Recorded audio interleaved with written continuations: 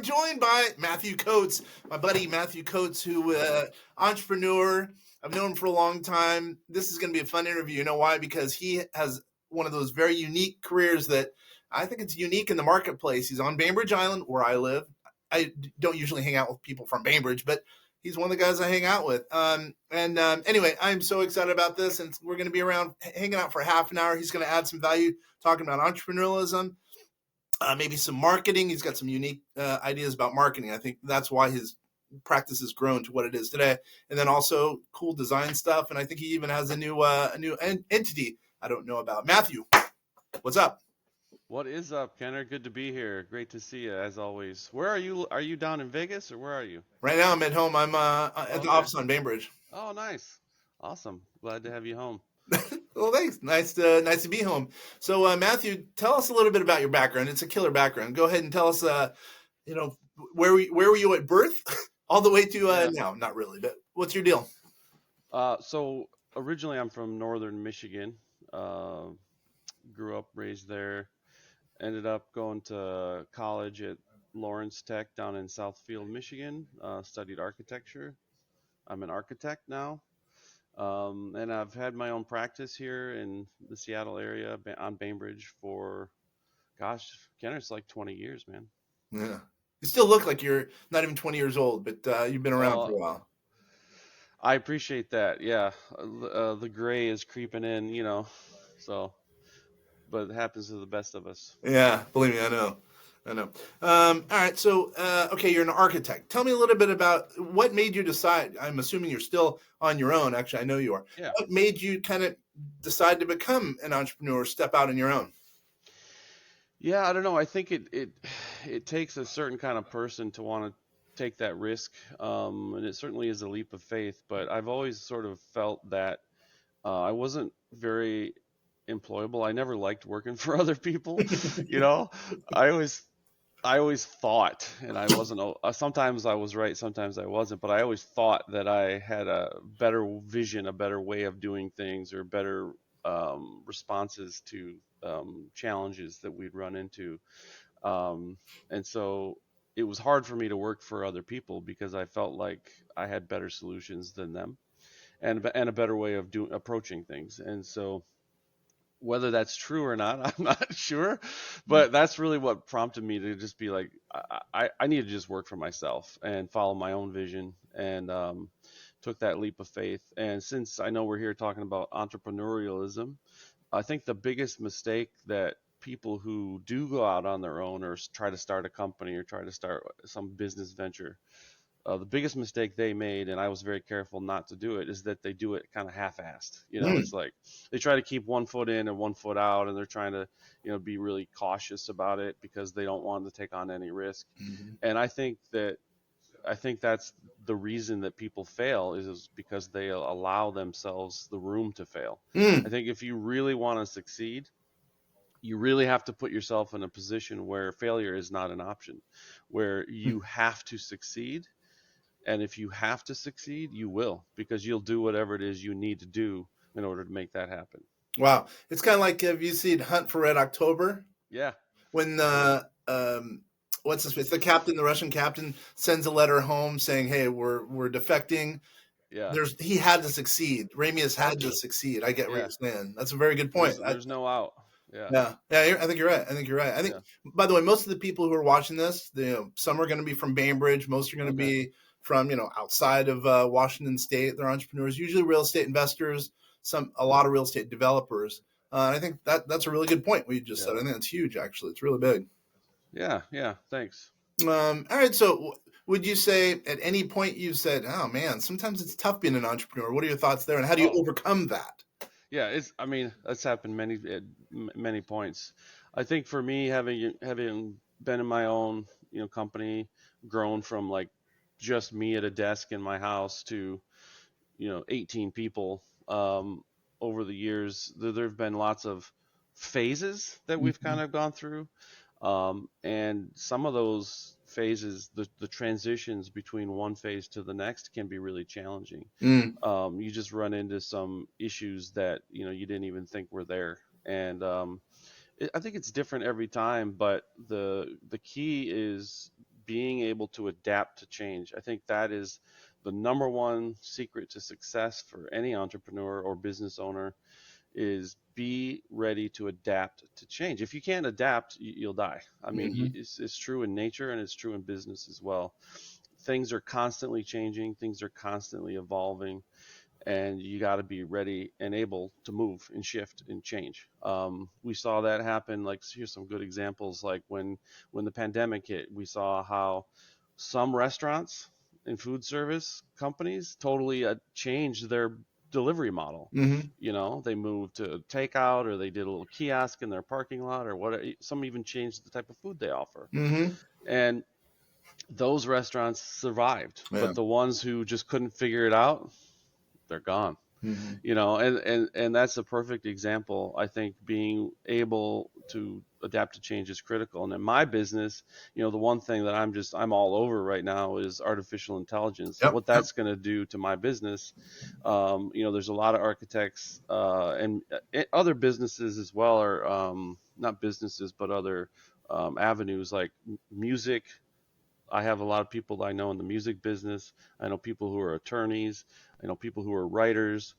They're all these businesses are going to be upended by AI at some point in Mm-hmm. some way. Graphic designers, like, I have a friend who owns a really successful graphic design business, and their business is suffering right now because you can just get online and type in a few words, and boom, you got like 100 different logos for your company, right? All for And free.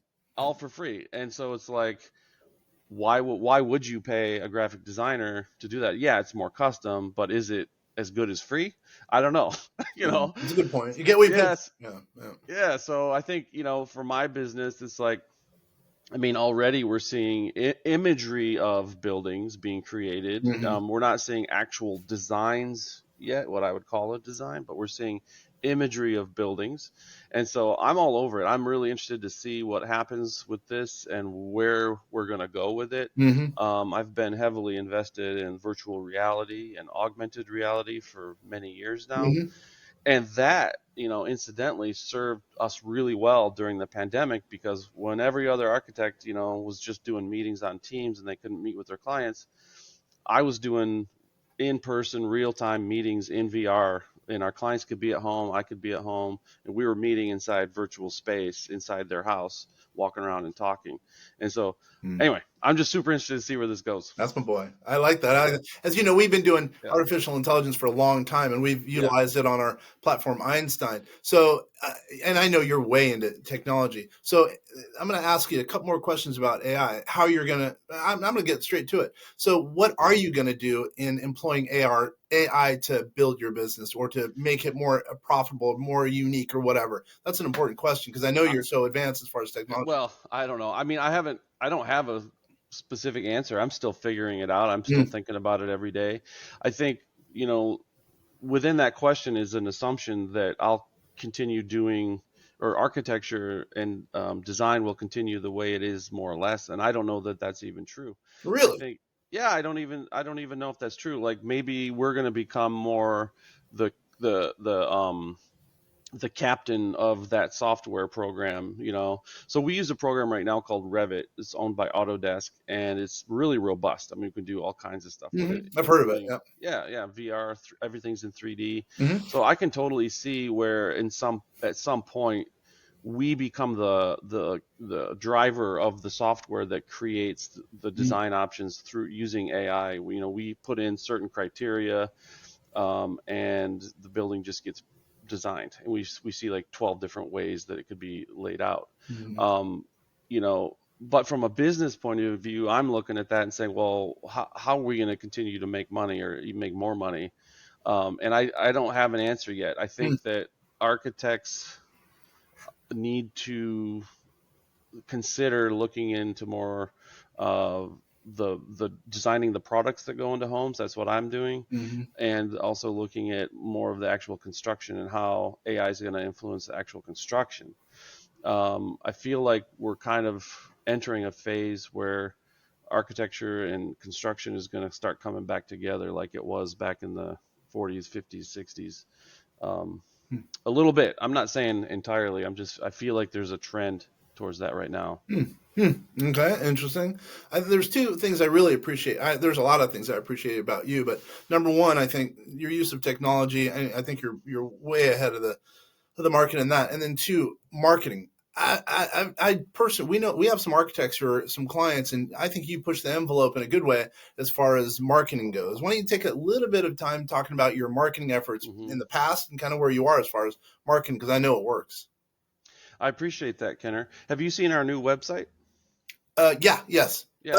Actually, that's partially why you're on this, because I saw the link that you emailed to me, and I Okay. looked at it, I'm like, stud. There was some stuff on there I didn't know that you even did. So yeah, Okay. I mean, please tell us where to go.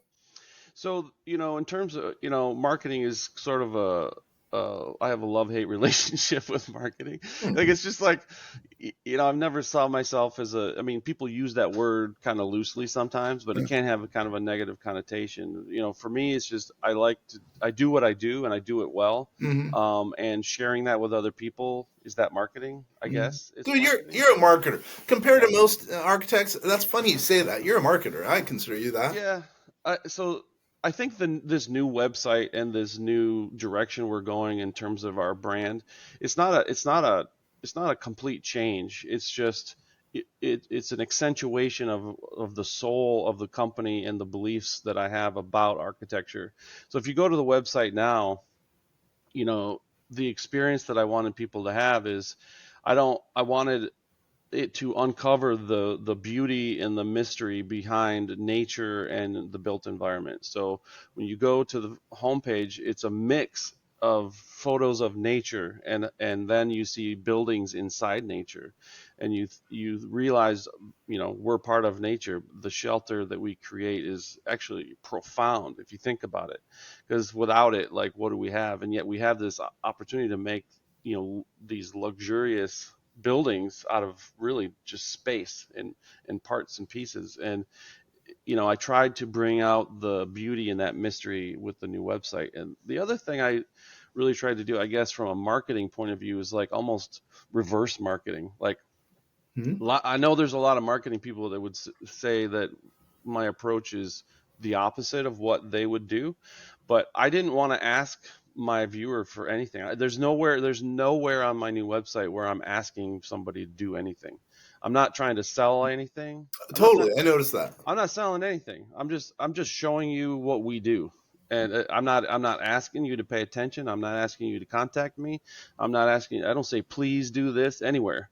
It's just an experience. It's like, because the reason is, and I guess I'm fortunate at this point in my career, like, I don't there's only certain types of people and projects that I want to do at this point. Mm. And so those people, the right people will come to me. They'll figure it out, Yeah, right? I It's understand.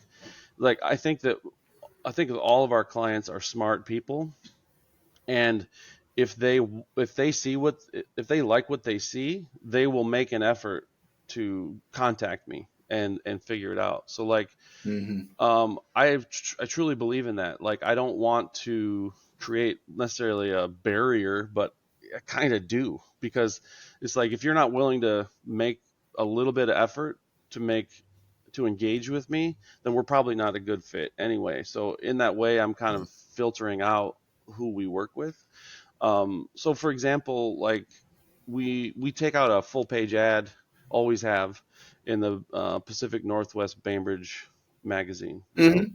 because it's local, and I feel like I want to support the Support the community and local. Yeah. local business, whatever. I don't think we've ever had someone come to us like, oh, I saw your ad and I want to hire you because of your ad. I mean, I don't think that's ever happened, Yeah. but it's being present in people's consciousness is really what it's about. And for me, it's a page that I get to show the community how powerful architecture can be, and that's really it. Mm-hmm. If you look at that ad, it's just a picture and a logo. Mm-hmm. There's no website, there's no phone number, there's no call me now, there's no, free consultation. No, you're not going to see any of that on my No. ad. Like, it's just a picture and a logo. That's it. Clearly, clearly, you're not trying to sell anything on that. You haven't even mentioned the website. What is the website? coatesdesign.com. And how do you spell that, just in case? It's my name. Coates, Coates. It's right there on the screen. Isn't it in the lower left? It says Matthew Coates. It's like Coates. Dude, I don't know. Some of the people might actually, the one person watching or listening to this podcast might say, "Oh, I want to use some of his services. He's the man." So yeah, absolutely. That'd be awesome. So yeah, coatesdesign.com. Thank you for asking. Yeah, right. I mean, even if you just want to see an interesting website, like check it out, because I when we designed it, I worked with a really awesome company. Their name is at the bottom there, and I interviewed probably a dozen different web design companies, because there's tons of them out there, and I tried to scare them. What do you mean by that? That's pretty funny. Well, I tried to set the bar so high that most people would just not even try to jump it. You mean to work with you? You mean? Yeah. So I said to all of them, I said the same thing. I said, I don't want you to come to a meeting with me and ask me or show me a bunch of other architects' websites and ask me which one I want to be like. Like, if you do that, it'll really piss me off. I said, what I want to do is, you can go ahead and inform yourself about what's out there in terms of design, but I want to completely leapfrog every other architect that's out there, every other designer, I want this experience to be something completely different, something completely new that's never been done before, as much as possible. Like, I don't want to be like any other architect. I don't want this website to look like every other architect. That will really piss me off. Mm-hmm. And so we set some ground rules, and those were the ground rules. Don't ask for anything. Don't sell anything. Just share the experience and the power of architecture. Really, that's what the website is. And it's like, if people feel, if that resonates with people, they'll reach out. They'll reach out. I totally get I have faith in that. For so many years, we were like that too. We were making it kind of hard for people to get a hold of us. We've changed that since, but believe it or not, I totally get it. If people get to you, they are serious, and that's kind of what you want, especially in your world, the high ticket world, probably. Yeah, it is, and I don't want to grow into some big company, because I want to maintain the quality of what we're doing, attention to detail, high level of customer service, So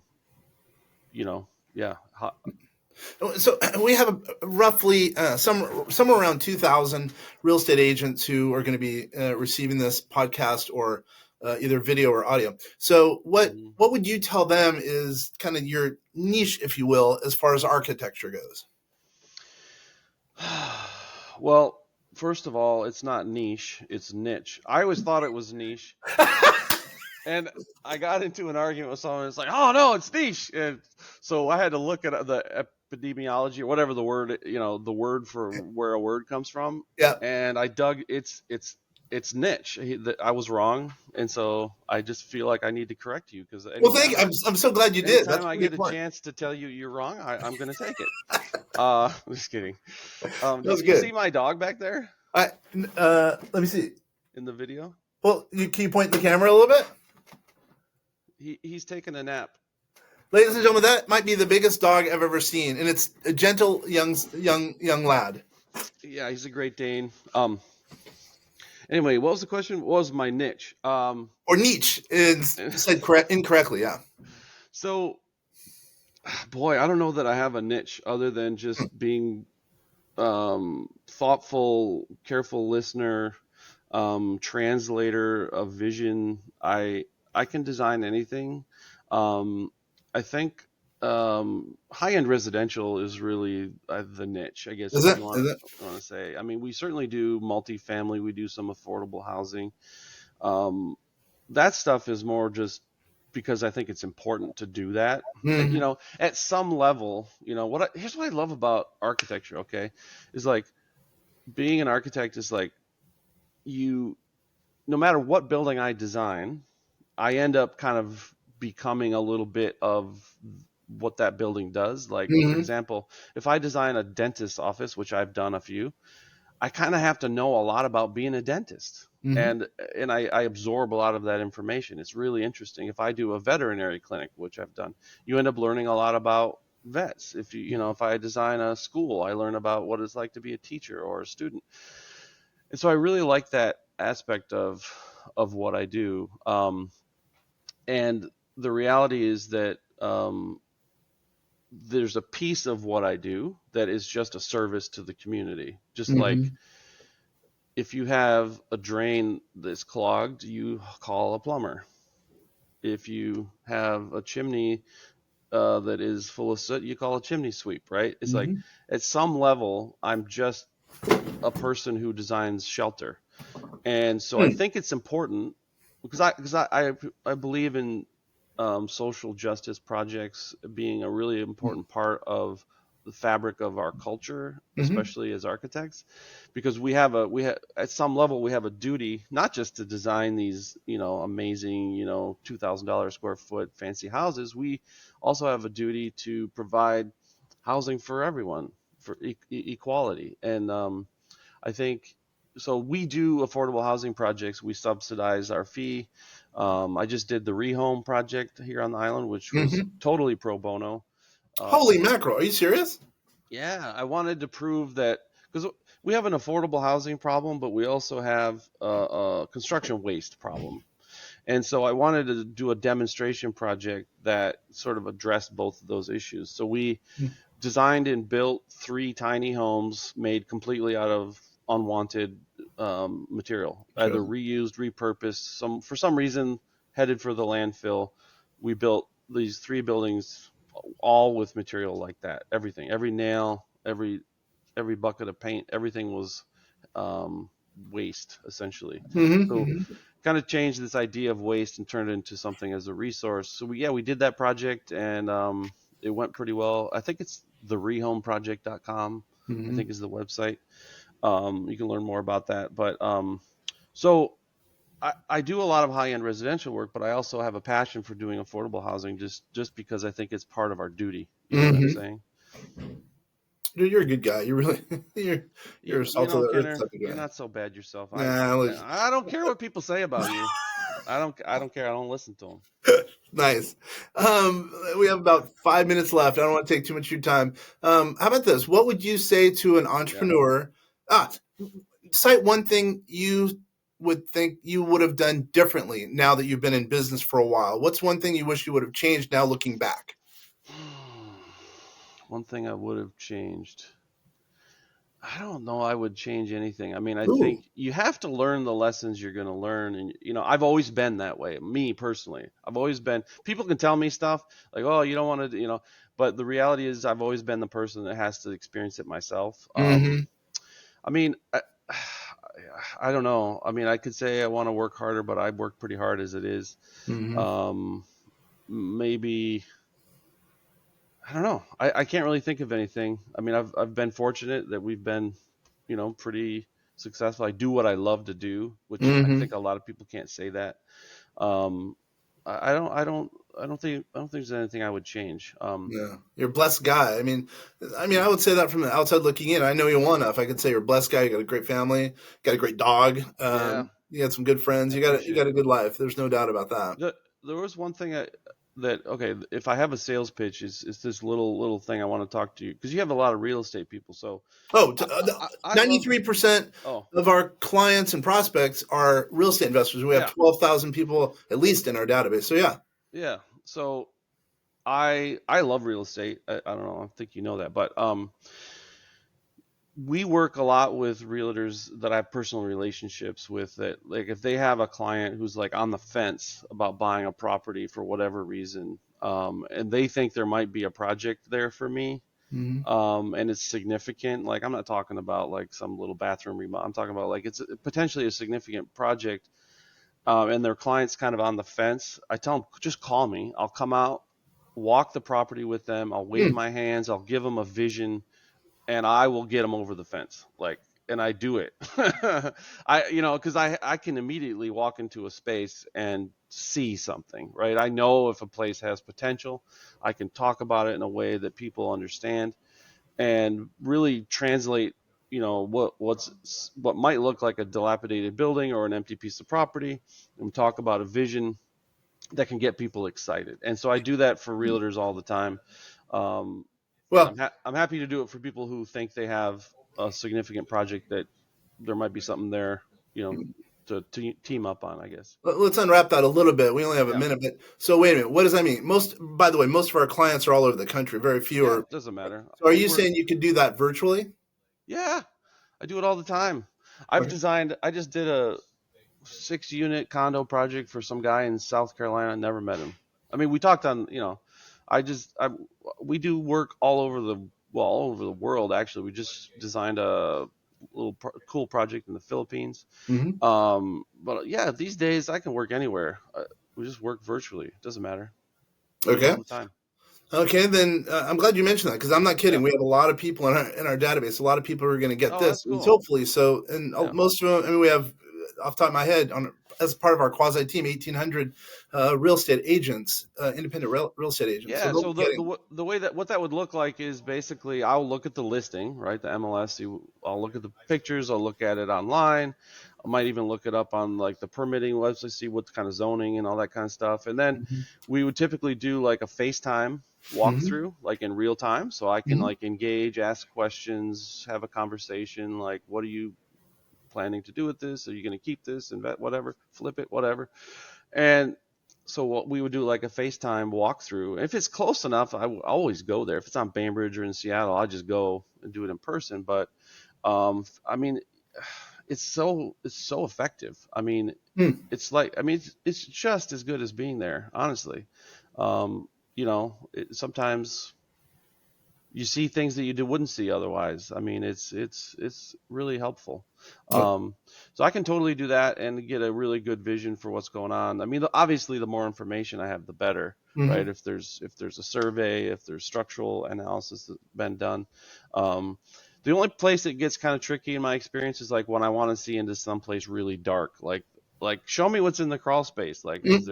there a vapor barrier down there? What's the structure look like? Or up in the attic, because the lighting is everything. So sometimes that's a problem. Hmm. Um, but anyway, that's part of the service we provide, is just helping with that initial vision that people might be lacking or just need some new ideas for something. That we do it often, and that usually leads to like a feasibility study. Hmm.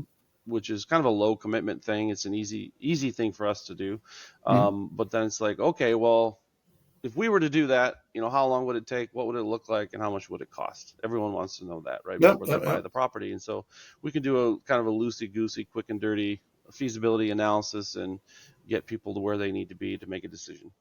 That's a good value add. I didn't even know Yeah. you did that. So, and how does someone get a hold of you if they're inclined to do that?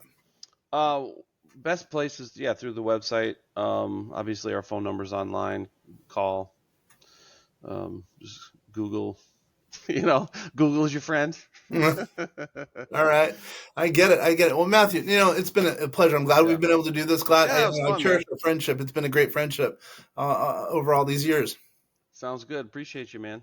All right, man. Hey, to everyone else, vastsolutionsgroup.com if you need anything, tax, finance, AI, we're the group. Matthew, again, thank you very much. Take it easy.